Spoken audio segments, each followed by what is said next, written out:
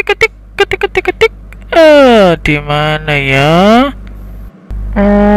Perkembangan ilmu-ilmu agama di masa dinasti Abbasiyah.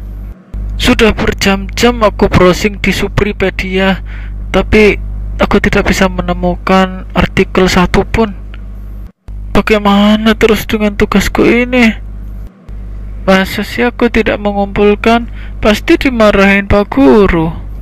Aku harus segera menyegarkan pikiran. Ketik.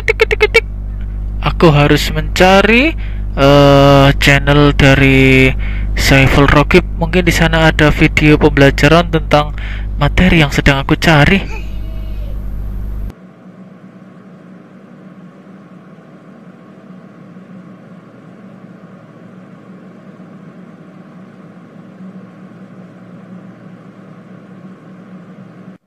Yes, akhirnya ketemu juga channelnya. Nonton Assalamualaikum warahmatullahi wabarakatuh. Sudah sarapan belum? Saya akan menyampaikan tentang kemajuan ilmu-ilmu agama di masa dinasti Abbasiyah. Tadi saya pikir ini cuma pengajian biasa. Ternyata setelah saya datang disediakan panggung stand up komedi. Ya sudah, tidak apa-apa. Sejadinya ganti baju. Ya sudah, nggak apa-apa. Demi kalian, saya akan siap mempresentasikan tentang perkembangan keilmuan Islam di masa dinasti Abbasiyah. Risalah Islam yang dibawa oleh Nabi Muhammad itu sebenarnya sudah sempurna dengan turunnya surat Al-Maidah ayat 3 dalam peristiwa Haji Wada pada tahun 10 Hijriah. Saat para sahabat mendapat sebuah masalah dalam bidang agama, mereka akan langsung menanyakan kepada Nabi Muhammad. Pada saat Nabi Muhammad telah wafat, orang-orang Islam masih dapat bertanya kepada para sahabat yang berhubungan langsung dengan Rasulullah SAW.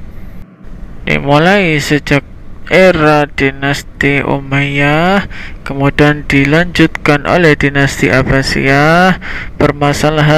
Permasalahan yang dihadapi oleh umat Islam semakin beragam, sehingga dibutuhkan pemecahan masalah tersebut untuk menjawab tantangan zaman. Beberapa disiplin ilmu keislaman yang berkembang di zaman dinasti Abbasiyah adalah sebagai berikut. Yang pertama ialah ilmu hadis. Hadis adalah tradisi lisan dari Rasulullah yang dijadikan sebagai sumber hukum Islam setelah Al-Quran. Pemalsuan hadis begitu marak terjadi dimulai sejak Khalifah Utsman bin Affan oleh seorang munafik Yahudi Yaman yang berpura-pura masuk Islam bernama Abdullah bin Saba. Dengan semakin maraknya pemalsuan hadis, maka Khalifah Umar bin Abdul Aziz, salah seorang khalifah dinasti Umayyah, berinisiatif untuk membukukan hadis yang dipimpin oleh seorang ulama bernama Az-Zuhri. Usaha pembukuan hadis terus berkembang hingga puncaknya di masa dinasti Abbasiyah. Saat itu pembukuan kitab hadis mencapai puncaknya, yakni dengan disusunnya kitab sahih, sunan, dan juga musnad. Kitab sahih yang menghimpunnya ada dua, yaitu Imam Al-Bukhari dan Imam Muslim. Penyusun kitab sunan ialah Imam At-Tirmidzi, Imam An-Nasai, Imam Abu Dawud, dan Imam Ibnu Majah. Sedangkan untuk kitab musnad, penyusunnya antara lain Ahmad bin Hanbal, Musa al-Abbasi, Musaddad al-Basri, Asad bin Musa, dan Nu'aim bin Hamad al-Khuzai. Yang kedua adalah ilmu tafsir. Ilmu ini juga berkembang pesat di masa dinasti Abbasiyah. Pada masa dinasti Abbasiyah, ilmu tafsir atau penafsiran dibagi menjadi dua, yakni yang pertama tafsir bil maksur, yakni penafsiran Al-Quran dengan menggunakan hadis dan keterangan para sahabat. Tokoh mufasir dengan metode ini adalah As-Subhi, Muqatil bin Sulaiman, Muhammad bin Ishaq, dan At-Tabari. Metode yang lain dalam menafsirkan Al-Quran adalah tafsir bir-ra'yi, yaitu penafsiran berdasarkan ijtihad, lebih banyak menggunakan akal daripada hadis. Tokoh mufasir dengan metode ini ialah Abu Bakar al-Asham dan Abu Muslim al-Asfahani.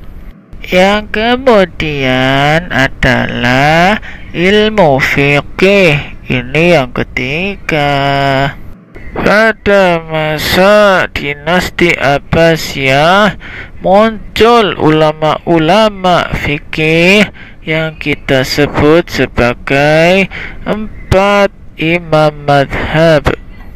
Pemikiran mereka tetap kita gunakan hingga sekarang, antara lain Imam Abu Hanifah, kemudian Imam Malik, yang ketiga Imam Asy-Syafi'i, dan yang keempat adalah Imam Ahmad ibnu Hanbal. Disiplin ilmu agama yang berkembang pesat di zaman dinasti Abbasiyah. Yang keempat adalah ilmu tasawuf. Inti dari ajaran tasawuf ialah mendekatkan diri kepada Allah dan menjauhi kesenangan-kesenangan dunia. Dalam tasawuf ada tahapan atau maqam yang harus dilewati oleh seorang sufi. Tahap pertama yakni zuhud, artinya tidak terikat dengan kehidupan duniawi.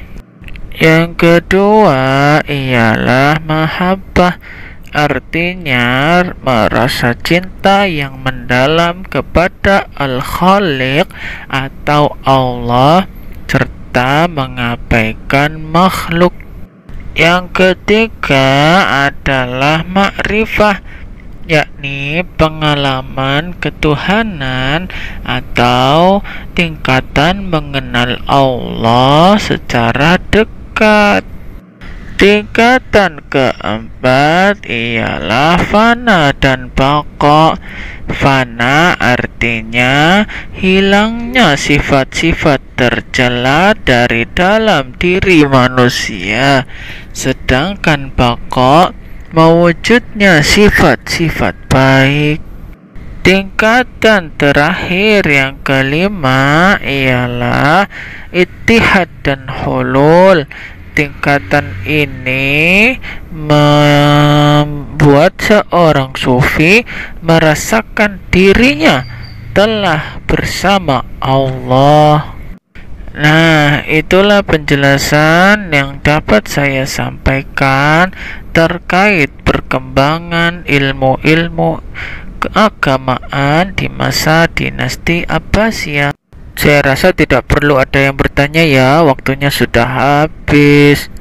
Sampai jumpa. Assalamualaikum warahmatullahi wabarakatuh. Alhamdulillah, sekarang aku sudah mulai paham perkembangan ilmu-ilmu agama di masa dinasti Abbasiyah. Terima kasih Pak Rokib atas penjelasannya di channel YouTube.